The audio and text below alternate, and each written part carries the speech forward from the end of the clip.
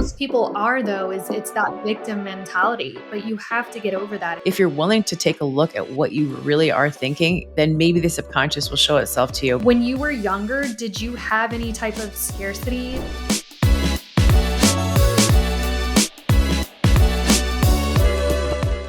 Hey friends, welcome back to Call Her Creator, the podcast that helps you turn your content into cash and build a business that actually feels good to you.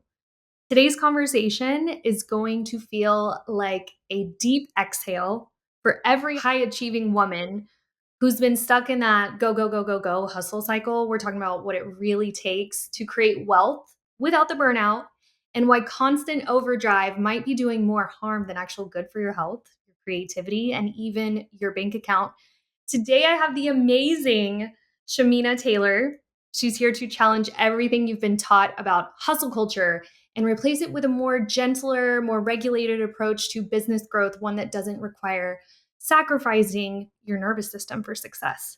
Shamina, I kind of want to tell who you are, but I kind of want you to tell. But like what I've known, what I've learned about you is that you were a former attorney and Yeah. then you turned into a best-selling author. So like let's kind of go into like tell us who you are, what you're doing, what you're all about, and then we'll get into the nitty-gritty. But give us your intro. Sure. I am a former attorney. I'm a mama of two amazing children. So that is like my number one job first. And I'm a solo mom. So I've been doing it by myself for a while and like 13 years. And I run a multi-million-dollar business, and I'm helping other women become millionaires and live their best life because I believe you get to have it all. And I've helped women, reach that higher level of success. We've helped 51 women become millionaires, and 248 women have hit their highest, 348 women hit their highest cash months, highest cash weeks, or highest cash years. I help break those ceilings for other women so that they can see what's possible for them and do it in a way that you get to really enjoy your life, because I believe freedom is the way to enjoy everything that you've created instead of having to work so hard for it. Wow. Yes, I love that. And you're a powerhouse because I also have two children and I run this business and it's not for the faint of heart. We'll say that much with children, but they are my number one job too.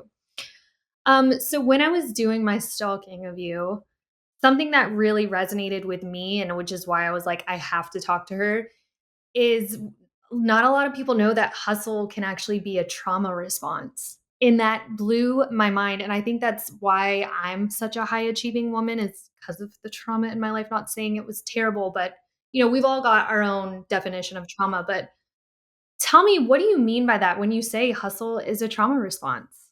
Well, when we're in that busy mode all the time where you're like, okay, I've got this like booked out schedule. I've got to do all these things. Your to-do list is like 30 plus things in a day. And you're getting up at 5 a.m. because it's the only way to get a million things done. And you're constantly busy, but not being still in presence. Or if you actually slow down, it feels like you're being lazy. Usually it's because we can't sit and still in our bodies, because if we stay in our bodies, then all the things that we're running from creep up really quickly into our lives and we can't handle it. So I speak from experience because I am a high performer, a high achiever. I've been like my whole life. I said earlier, I'm an attorney. I was in school forever, 3 degrees, just keep going, going, going. And even after I graduated, it was nonstop. Even when I had my kids in the beginning years, it was nonstop. So when you have to be busy, stillness is really hard. I don't know if you ever notice when you're like scrolling or you find yourself like going to pick up your phone to scroll and you've got a million things to do. And a lot of people will associate that, gosh, I'm being lazy right now. But it could be one of two things. It could be like, I really just need a break and I just need to scroll for this moment. Or it could be like, I'm running away from actually having to do things. So this is like another way of me, trying to regulate my nervous system by looking at something else. And so when most people don't have a regulated nervous system, they're on all the time because that's the only way they know how to find stillness and calmness to regulate their nervous system. Is like, if I'm on, then they can go, go, go, go, go. There's no moment for you to sit and feel. And if you can't feel, then you don't know that you're dysregulated. Does that make sense? Mhm. So Mhm. I found through my research and through mentoring thousands of women, there's a pattern. And a lot of women are called masculine, or they're told they're masculine, and it's had kind of like a negative connotation for a really long time. Like, look at her, she's, I was a lawyer, so I mean, like, Yeah. we don't get any more masculine than that. You know what I mean? Like, yeah, but you have to bring those big balls into court and do what you got to do, because if you don't, you get eaten alive. So you have to show up that way. However, a lot of the times we go into that masculine state is because we've turned off our emotions and we go into a do mode. So that's what we talked about earlier, to stay active, keep busy. And if you don't have to feel an emotion and you just process by working and moving, then you never have presence and stillness.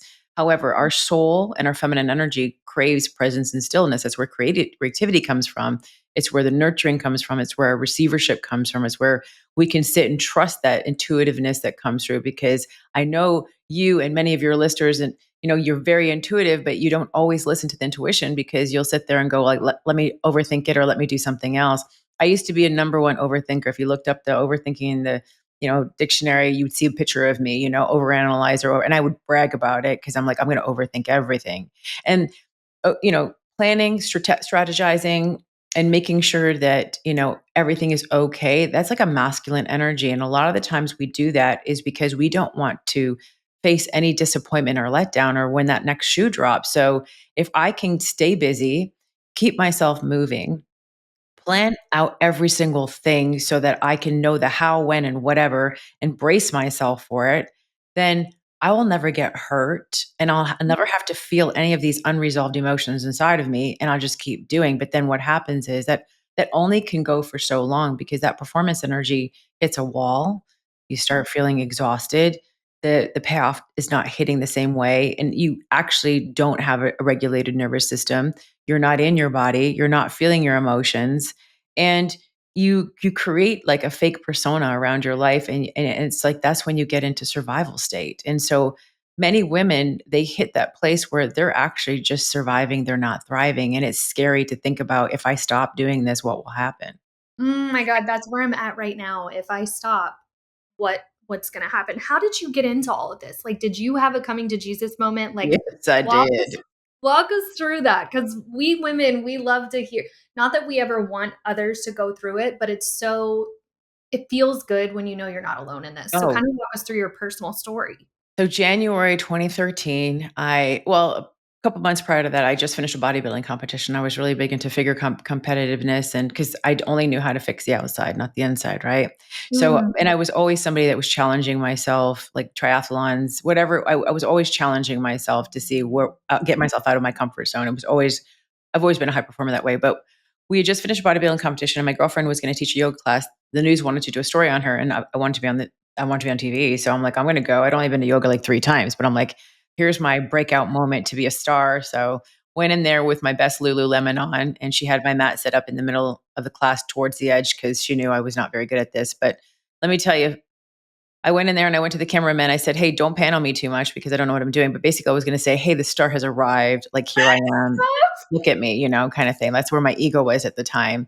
And yeah. so I put my phone beside me, and I made a vow that moment that I was going to win yoga that day, because I was a highly competitive woman and such a control freak. So I went into this. My girlfriend started talking, and she had us do maybe like 150 dog downs. And so I was getting irritated and really annoyed with her because I felt like she was showing off.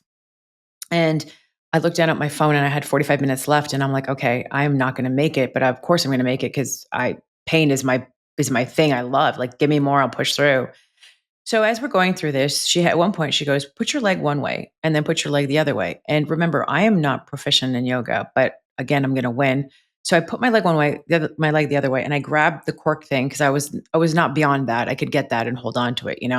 So I grab onto the corky thing, and as I'm sitting there in this pose, she starts talking, and she's like, "Are you happy with your life?" And I'm like, in that moment, I'm like, I don't even remember who Shamina is, and I'm suffering through this pose, right? And I'm sitting there going, I don't even remember who. I remember distinctly saying this to myself in this class. Who is Shamina? I'm someone's mom. I'm someone's wife. I'm someone's this, that, and the other. But I felt like I lost myself. And in that moment, I was struggling to go into this pose, and I was pressing and pushing my body. And as I was doing that, like, this physical pain just started bubbling up inside of me. And as she's talking, I'm like, my life is Groundhog Day, and this pain is bursting. She's questioning me. I'm getting angrier, and then this pain, and I'm pushing through this pain, and all of a sudden, this dam just broke, and I just started like bawling my eyes out. Like, that physical pain turned into like this emotional pain, and I had this like, whew, like where it was like, okay, you get to release. Cause I don't remember the last time I cried. It was like decades because I was the ice queen. I shoved my emotions down and I would just freeze mode and I just would not feel anything through. So in that moment, everything was coming up and I was sitting there, laying there, whatever it was, and I was just questioning my entire life. I stayed in that pose for the next 45 minutes and had the ugliest cry of my life. It was the most freeing moment. I feel like I had this spiritual connection though. I think if there was a white light to come down on you in that moment and it was like, okay, this is your time to wake up, lady, you know? And as I finished crying, people came up and was rubbing my back. I had snot everywhere and I was like, okay, something in my life has to change because I can't unsee what I just experienced and felt. 2 days later, I went home, but didn't talk to my husband at the time. 2 days later, we had the biggest talk we'd ever had. And we realized we were both just living as roommates. This guy was my like partner, my best friend. We people had pictures of our wedding on their wall. Like we had become roommates. We were just in survival state and we went to a therapist and they said it was probably good for him to move out because women I read something the other day that women when they're ready to end a marriage, they were ready like 2 years ago. And so they just hold on and like I hated the way he ate crackers, or carrots and it Yeah. was not his fault. It was like me. Like we can and when you're a high achiever and you're a woman who can sustain survival state, you will go past the expiration of when you should jump, you know? And he moved out and it was the craziest time of my life. And I started getting these we never got back together again. We ended up getting a divorce. But I went on a spiritual journey for I don't know, it was like 3.5 years, but that moment was it set it off. I was seeking answers. I wanted to know how did my perfect life get here? How did I do all the things they told me I was supposed to do and for success? I mean, we had the $1 million house. We went to Europe in the summertime. We went to the Caribbean in the winter. I had nice things. We were a power couple. Like we had a boy and a girl, like our mansion. We had everything, and like and I think that all the things that I thought were supposed to make me happy didn't because I was disconnected from myself of just doing and achieving all the time. And nothing ever made me feel like I was good enough, because I had a core wound, and we'll talk about it in a minute, of unworthiness. So I was always seeking more and more and more. I was like, okay, what was next? What was next? What was next? And so that spiritual journey for 3.5 years, I call it monk mode. I went into this deep dive of how does a woman who was like me, who's highly successful, get into this place instead of going to date someone else, which I had a moment where I did for like a couple months. But after that, I was like, I had to figure out how I got here. So spiritual teachers dead and alive. And remember, I'm a lawyer. And so when this stuff was happening to me, I was questioning my entire existence. I'm like, am I losing my mind? And I really was. I was like, I was unbecoming that woman. I had to shift my entire identity to create the woman that I am today. And I have not stopped. It's been, 12, 13 years. And I feel like I'm the best Shamina that I've ever become. I healed my trauma. I had a really hard upbringing as a child. Like my dad was violent and very emotionally abusive. And you can go listen to my podcast and listen to it. But I had an incident where it did put me into a survival state. And I just kept in that place. And when we don't have a protective masculine energy in our lives, we as women create our own false version of it. And this is why women go into their own masculine due state and they armor up. Like our masculine was not meant for us to provide safety to us. Our feminine was. But if you don't have a safe figure around you, you're going to create your own safety. And this is why a lot of people have a disjointed relationship with money and wealth, and it's because they're looking for that masculine to save them, but they're created their own. And anyway, that's where I am right now. And it's I came online and I left the practice of law in the most perfect time. It was like 3 months before 2020 March. I feel like a higher purpose is calling me. I didn't know what the heck I was doing back in 2013, but I went through a lot of healing. I just kept listening to the voices in the science, and I followed the path this way. And I came online. I said, I'm going to make $1 million this year. And I did. I made 1 million in the year. And it's been amazing what I've achieved. And my kids and I have the best life now. Oh, this is such a good. I just did a podcast episode on becoming, and you're talking about the unbecoming. So this is like, I swear, God's divine timing hearing from you. So as you're unbecoming, Walk us through that part. Like, did you quit your job and go away for that time? Because you said you got into, like, your monk era. Kinda Yeah. what happened? I reduced how much I was practicing law. I had my own Okay. law firm, and, I had some money in savings, and I went part-time, I guess I would say. Like, I just kinda pulled back, and I actually went to a place where I was, like, barely making it with money, to be honest with you, because, every time I went to go do a deal or anything else, it just didn't set my soul on fire, and I was like, "Okay, I've gotta figure something else out. There's something else calling to me," and it was a really hard few years, to be quite honest with you, because you have this lavish life with 2 incomes, and then you go Right? to not. And I wanted to keep my house because I wanted my kids to have something that was central and grounded for them, and my house was not, something that I could afford really on my own, so I had to figure some stuff out. So it was a very long jump, and, I had to be all in, though, and I think that because I had no backup plan, the only option was this was going to work. Like, my kids needed mom. Like, I had a moment where I was like, "Well, we lose the house, I'm gonna go live in my car." At the time, I had a Sequoia, and I will go shower at Lifetime. I was having these ridiculous, like, thoughts about how I was gonna do this, and then I was like, "No, we need to figure this out." So it became my goal to, like, learn how to really have a better relationship with money and heal my scarcity mindset, because I knew that was getting in the way of creating what I wanted. My scarcity mindset came from my victimness, from all the things that happened in my life that I hadn't really, allowed myself to process. So I started really mastering my emotions. I'm like, if I can master my emotions, I could do anything, because I felt like my emotions ran me. So that was really the deep work that I did. And honestly, like, I was in a survival state. Like, I had sometimes more month than money, like, because of how it was working out, and it was, because I had my ex-husband was giving me alimony and some child support, but it wasn't enough to survive, like, on, take care of everything. But he was very generous in that way. Oh my goodness, your story is amazing. So then how do you get to where you are now? Like, tell us about that.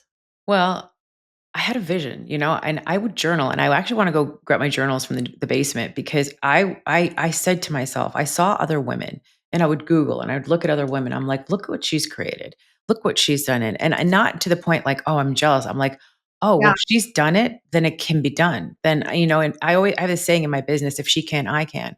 So I just was like, well, I'm really smart. Well, I need to just figure out how to do this on my own. But the real big thing is that it wasn't something to figure out, it was who I needed to be. And because there was no solution to fixing it, I had to become this woman. So when there was no money around, I had to become the wealthiest version of myself. So then I'm like, what does this wealthy version of me look like? Well, she's not going to sit and look at her bank account, because it was on life support. Like, I was taking screenshots. I'm like, one day this is going to be a badass joke. I'm going to put it in a book. And really, I am doing that now with my next book that I'm writing. And we're going to laugh about it being in the red zone. And I'm like, well, that's not my current reality, because right now I'm going to create from here, because the universe doesn't know the difference between what's reality and what's not. So I'm going to quantum leap and get myself into this state. So I started doing the craziest things I would do. Like, every single day, I would meditate for an hour. I meditated for like 8 years for over an hour every day. I did breath work. I did journaling. I did every healing modality you can think of. I would light candles, like money candles. I would get oils, put them everywhere. Like, I would do anything. I got mala beads. I was chanting. I read every single money book that was out there. I'm like, I am not going down in the ship, because we don't got a boat anymore. Like, we're just done. Like, we burned the bridges. We are out here at sea. We need to figure this out.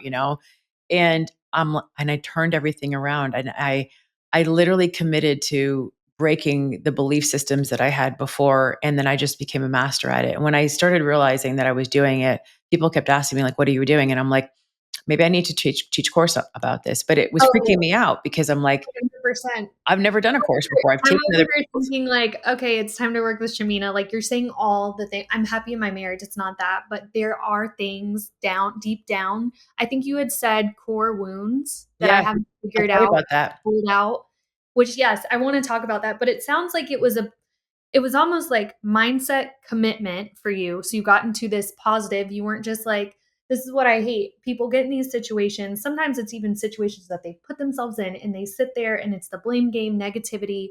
You did the complete opposite of that. I took ownership for my life. And for the first time, I was no longer, no one else was to blame, not my parents, not anybody. It was me. And I was only me because I had these two kids that I created. I needed to give them everything. And then, I felt a lot of guilt about leaving my ex husband to say yes to myself because my kids deserved Mm, a father. Even though I didn't have the best version of a father, my kids deserved a father. And so I had a mhm, lot of guilt, even though he had his own issues and it was good and mhm, healthy in the end. But I noticed that as I started healing certain things, I would start manifesting things or creating things. And I was like, and I thought I created manifesting. It's so crazy because I'm like telling my girlfriends, like, look what happened again. Like, look at this. Like, I literally removed that belief and like it showed up, and I started getting addicted to it. So I was like, okay, what else can I get out of my way? Well, how much more resistance can I remove? Because if I'm a clean slate, then I can create anything with my mind. So that's exactly what I did. I dug in deep. And I'm not telling people to go and find all your core wounds, but I'm telling you, if there's something that you desire in this world and you look around your environment and it isn't there, 9 times out of 10, it's because of you. So when I took that ownership, and I still do it now, I do it with everything. I do it with everything. And I have a really cool like 4-step system that I just, I was journaling about yesterday. I talked to my millionaire club group, and I have another group called the Wealthy CEO Women, and Women in the Wealthy CEO. And it's like when you have a desire, it's so different from a goal. When you're in that masculine state, you are trying to achieve something, usually for validation, because anything of the having of it is because it's how it's going to make us feel, right? So mhm. for my old self, she was driven for I needed to feel important, validation, I needed approval because I internally didn't have those things in my life. And they came from the core wounds, which I'll talk about in a minute. So I was always proving, like, I mean, I got 3 degrees. I was, I'm going to be the best. I'm going to do the best, going to do the races. I wanted to win. Like winning at all costs was like so important for me because then it will show you that look at me, I'm good enough. And I had this Uh-huh. thing where everything had to be hard to earn it, and I had to earn love. I had to earn that because it wasn't freely given to me. And Mhm. so going through that process, I realized like, wait, I can shift my entire life. So desires for me comes from a soul self. And all of that was cut off. My feminine energy was literally cut off because it wasn't safe to be in my emotions. That's your feminine. It wasn't safe for me to trust. I didn't trust people. Trust was such a hard thing for me to do. And I had to like have concrete evidence, and I had to do things that were methodical and be in my mind. So I had all these superpowers all cut off from me. So as I started doing this work, I started saying, well, wait, a desire is the highest connection for you to receive anything. I have a G-Wagon that's sitting in the garage, and I literally would sit there I'm like, I desired it. I saw a woman having, I'm like, I desire that. It's different than wanting it because it's like, I didn't want it to prove that I was successful. I desired it because it looked badass and I wanted to drive it. I wanted Yes. like this Cartier. I saw a lady with one. I'm like, oh, I want this. I saw a lady with a Rolex. I'm like, oh, I desire these things. And it's not because they're material things. And I want people to understand this. It's like before I was material driven. I needed those things for validation. Now they're like, well, having them, I feel pretty. Every time I look down at like when I made my first million, I went and bought these. I'm like, it represents like the success that I had. I look what I could do. And so that's the shift and change. So if everything that you're creating comes from a desired state, then it comes from an emotion that you want to feel. It's like the next step, the emotional state that you want to feel.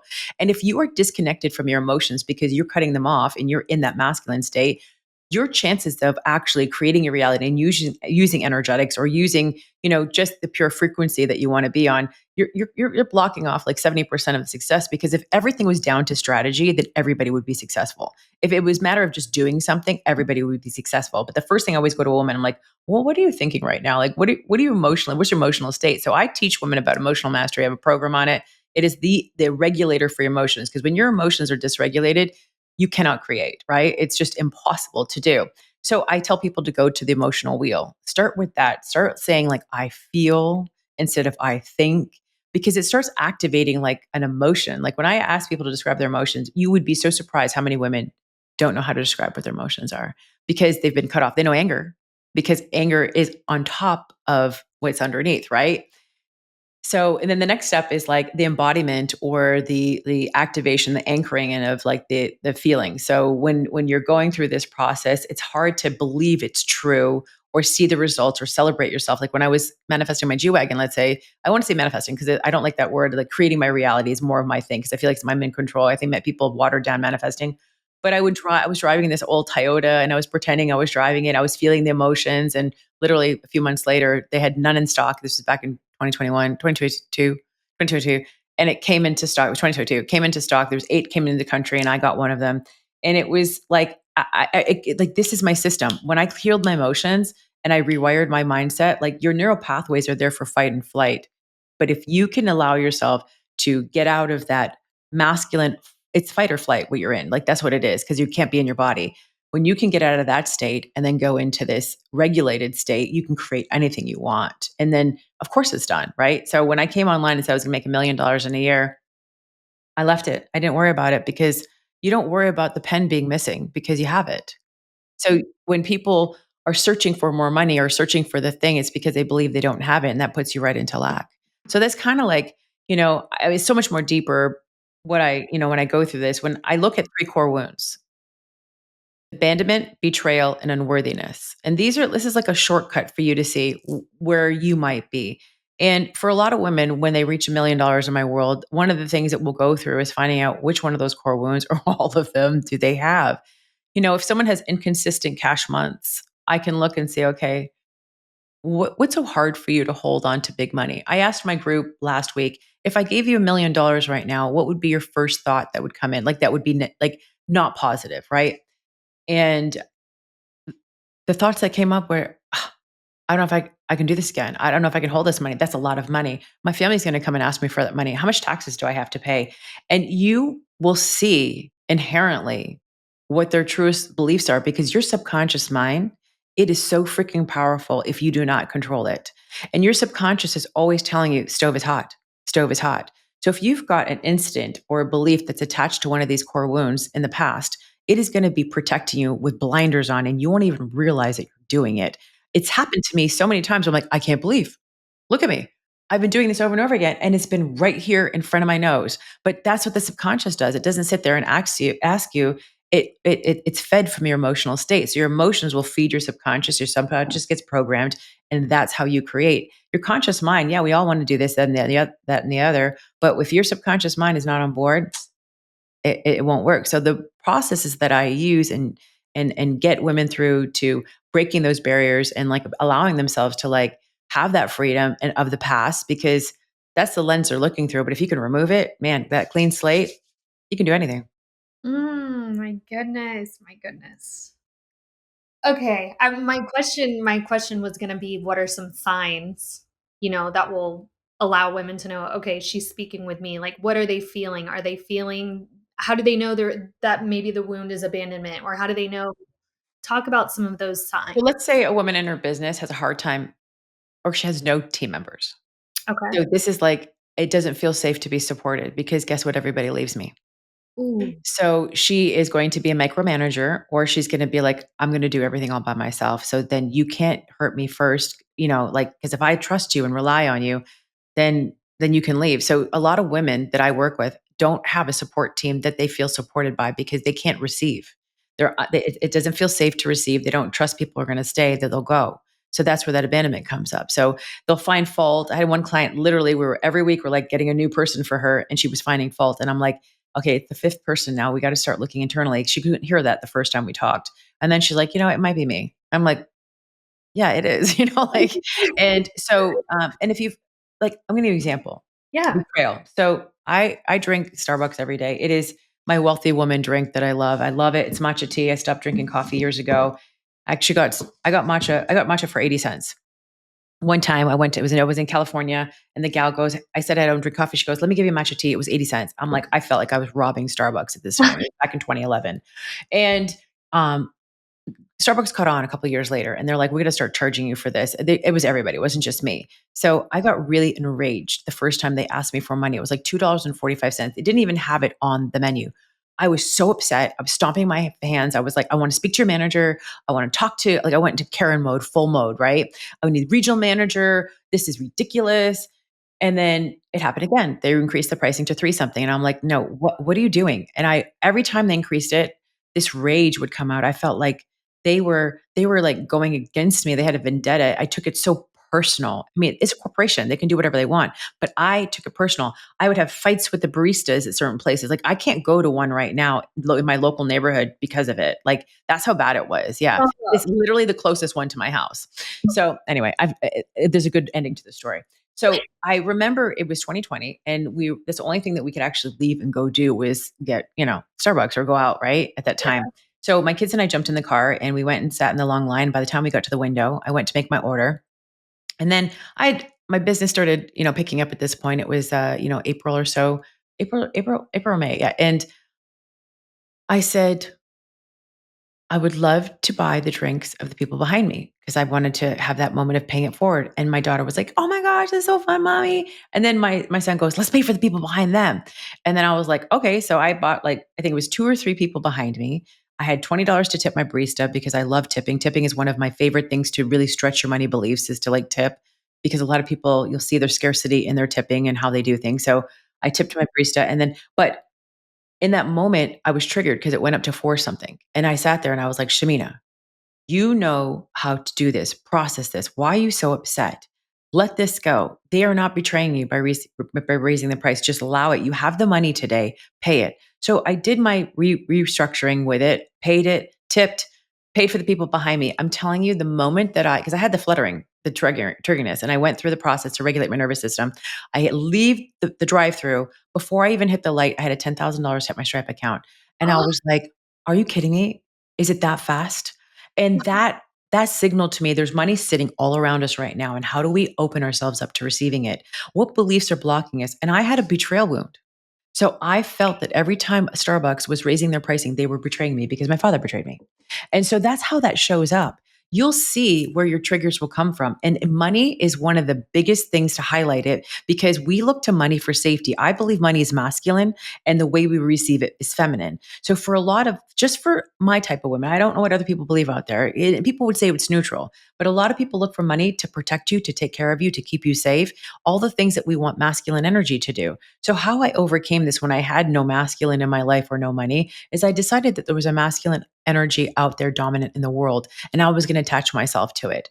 So I see when people use money, their wounds will come up and get triggered all the time. Inconsistent months will show a betrayal. Undercharging for their services is unworthiness. Taking, not premium clients, like not charging high ticket, because if they do that, they'll feel like they're not worthy enough to, or that if they have a high ticket, they'll put everything plus the kitchen sink in it to justify Mhm. it. And they'll work overtime, they'll over deliver, they have bad boundaries, they're over giving. It's just one of those things where I see it showing up. Now it's a pattern.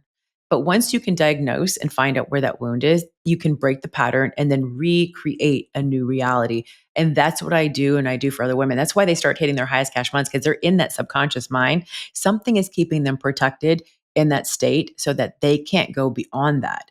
And so when they come to my world, I'm like, here, I'm the mentor that's going like this to you. So here, this is what I want you to see. Because I can see it. Like, and I'm been doing this spiritual work for a while. Like I can basically put someone in front of me, talk to them for like 5 minutes, and I can find their core wound and like really quickly. Oh my gosh, what a gift.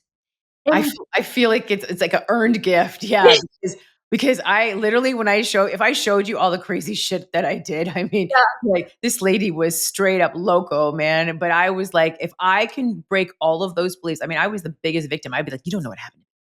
You don't know what I've been through. You yeah. don't know, Yeah, I'd that's be what like, most people are though, is you it's know. that victim mentality, but you have to get over that if you want to step into that new person that you are. It's not abundance. It's not an abundant state. So instead of going for Mm, money, I became an abundant prosperity thinker. And so this is like an example. A woman who's in lack and scarcity and that victimness, sometimes she won't give you a compliment. Like I notice even on her social media, she'll give a thumbs up or a like on a button because her heart is so closed. She doesn't know how to emotionally give out that energy. So she's very protective of her heart. And so passive aggressiveness, like thumb, like that's it. Can't give compliments, can't receive compliments. Like I can see it in there, it like doesn't like hugs because that's like too much. Or she's like super, super A type because she's got to be controlling everything. Because if she control her entire environment, then she feels regulation. And really the feminine energy is chaos. It's like I came up with this saying, messy makes me millions. And that's the only way I can get over my perfectionism that it came from my mhm, dysregulated nervous system of trying to find control. I'm like, okay, there is no control here. How can you find a success in this and just take a chance. Just go out there and do it messy. Just go out there and put the offer out. Just go out there and do something, get the creative hit, go do it instead of having to think things through a million times. And when a client comes to me, she's like, I'm still reiterating, I'm like, just put the damn offer out there right now. Like, just go for it. And because we're afraid if we do it and it doesn't look great, people are going to say something about us and then we're not validated. But what if you could get rid of that and change that identity and become the most authentic version of yourself? And that's what every single woman does when she comes to my world, as long as she does the work. And that is true power, right? For a woman, that's her empowerment. It's like, I love who I am and where I am now and the woman that I've become. Mm. You are just spitting gems today. What are the most common types of wounds that you see, like the top 3 in women? Well, the 3 is the unworthiness, and then it's betrayal, and it's, abandonment. Abandonment's a big thing because, like, your mom could have left you in the aisle of Kmart, and that could have created an instance where your nervous system went into dysregulation. So it doesn't have to be, like, as deep as my experiences where, I was beaten by my father, but it was like, you could have something, a boyfriend that you dated, they broke up with you, someone cheated on you. When someone cheats on you, you don't trust people. And trust is the highest level of your feminine energy because the way that it works is you have to get into the emotional state. You have to get into the identity work. Tony Robbins used to call it like priming himself, right? Everybody who's like a really high performer has to get their system into a state before they actually go take the action. What a lot of women do is they go get up right away and they go right into action mode and they don't take that time to actually like journal, decide what they want to feel and think that day. And then so the world happens to them instead of them creating the reality. So yeah, that's the number one thing. And so I feel like with many women, it's just, is it okay for me to want more? Like, I have women who make a lot of money, but they don't know how to use that money in a way that feels great for them. They might buy a Rolex, they might buy a Mercedes because it's justified, but they can't go and just spend it because they want to spend it because they're afraid it'll be gone forever or they can waste their money. I know until the day I die, I will always be supported by money. I know that it'll never leave me. It'll never go away. I don't have any words. I just took a trip with my kids to Europe. We were there for almost a month. We went 5-star. We always fly first class going to Europe. We went to Paris. We went to the south of France, to the French Riviera. We went to Cannes. We stayed at the top hotel in Cannes. We went to Saint Tropez. We took a helicopter to Monaco. We went we went all over. We went to Nice and I rented a yacht down there. And I just said, yes. Yeah, my daughter wanted to buy everything. We had to buy suitcases to come back. I know it sounds really lavish, but it was like, I'm in the world of yes because I know money supports me. That's that trust. And if you're always in that masculine, you'll never activate the trust and the allowing and knowing that you're safe. And you have to find your safety in your feminine.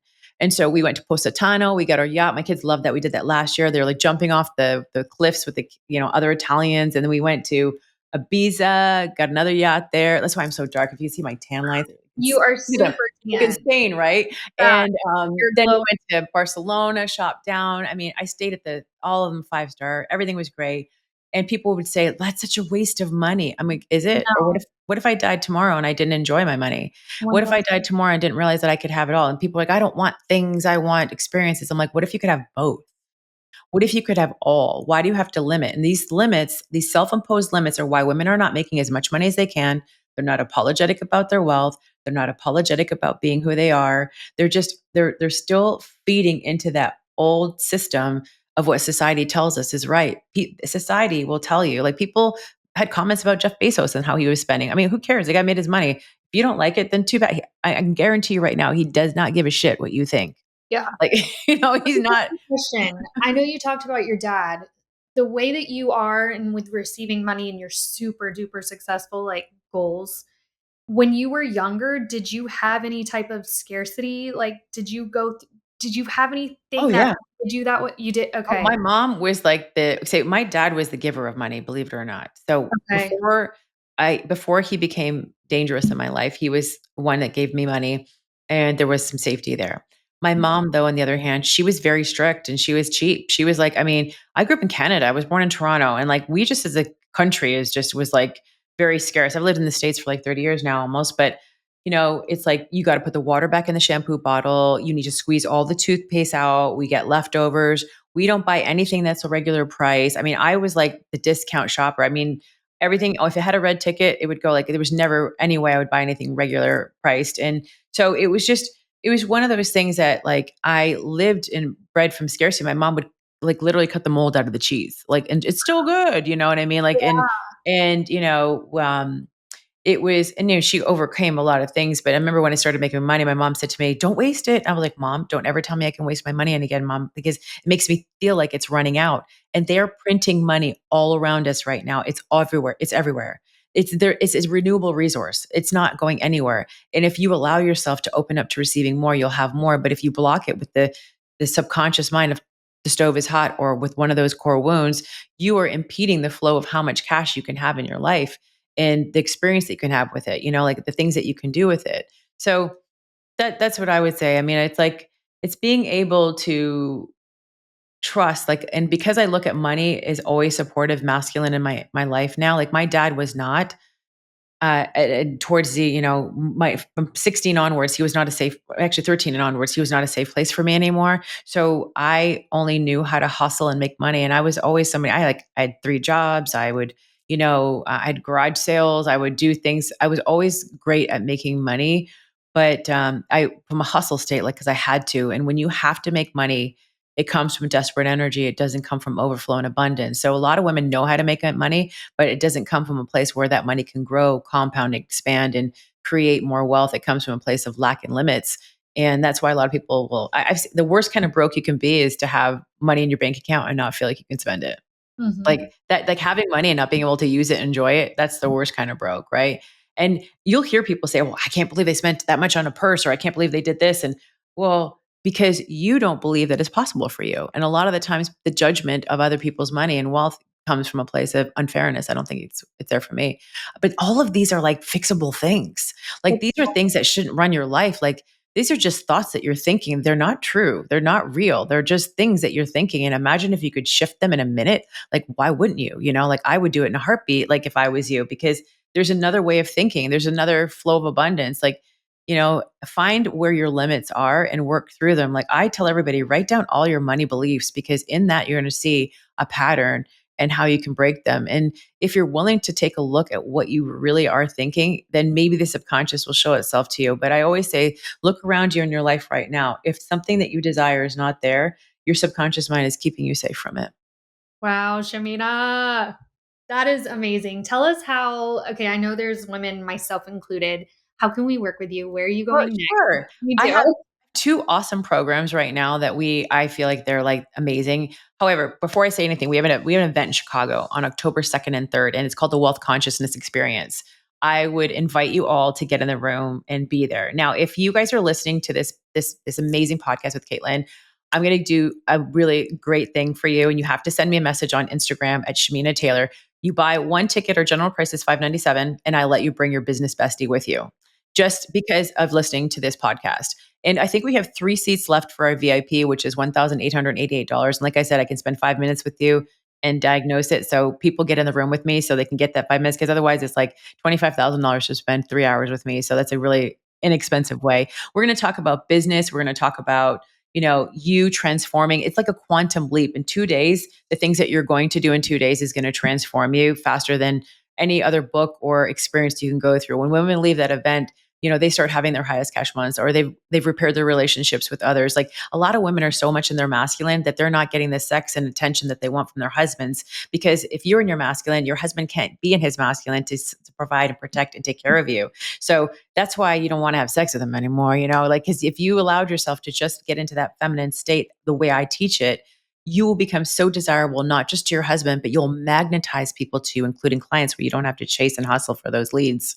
So it's a great way. So the event coming up, we have a Okay. program called the Millionaire Club, and it's a 6-month program. We're actually extending it to a year. So we've changed that because I've seen that women just need more work. They need the accountability. And that's for anybody with a business or no business. And if you have a business and you want to scale it and you want to make $1 million, like I did in my first year, and I show you my methods and methodology of how to do it and create a personal brand, then the Wealthy CEO is for you. Come join us there. And you can send me a message I'm going to tell you how. I'm going to give something free to your group too in 1 second. But Okay. this book, go get it. It's called Unlocking the Quantum Woman. Get the physical book because there's a workbook inside of it. It's not the one on Done. Amazon. Yeah, get this book.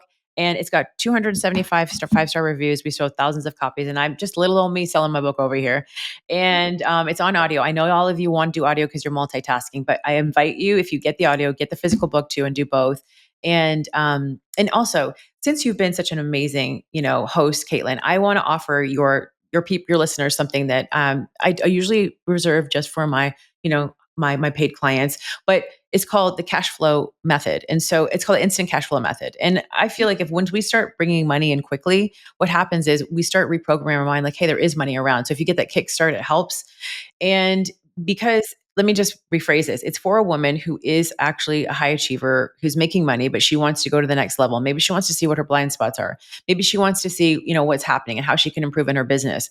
And so I feel like that would be for you if you want that. So all you have to do, I think I'm going to have my team do two things. Either you message creator or you message Katelyn, one of the two or both, just because it's going to be an automated thing. It's not going to be my team in there. So we're going to do an automation. So what should I do?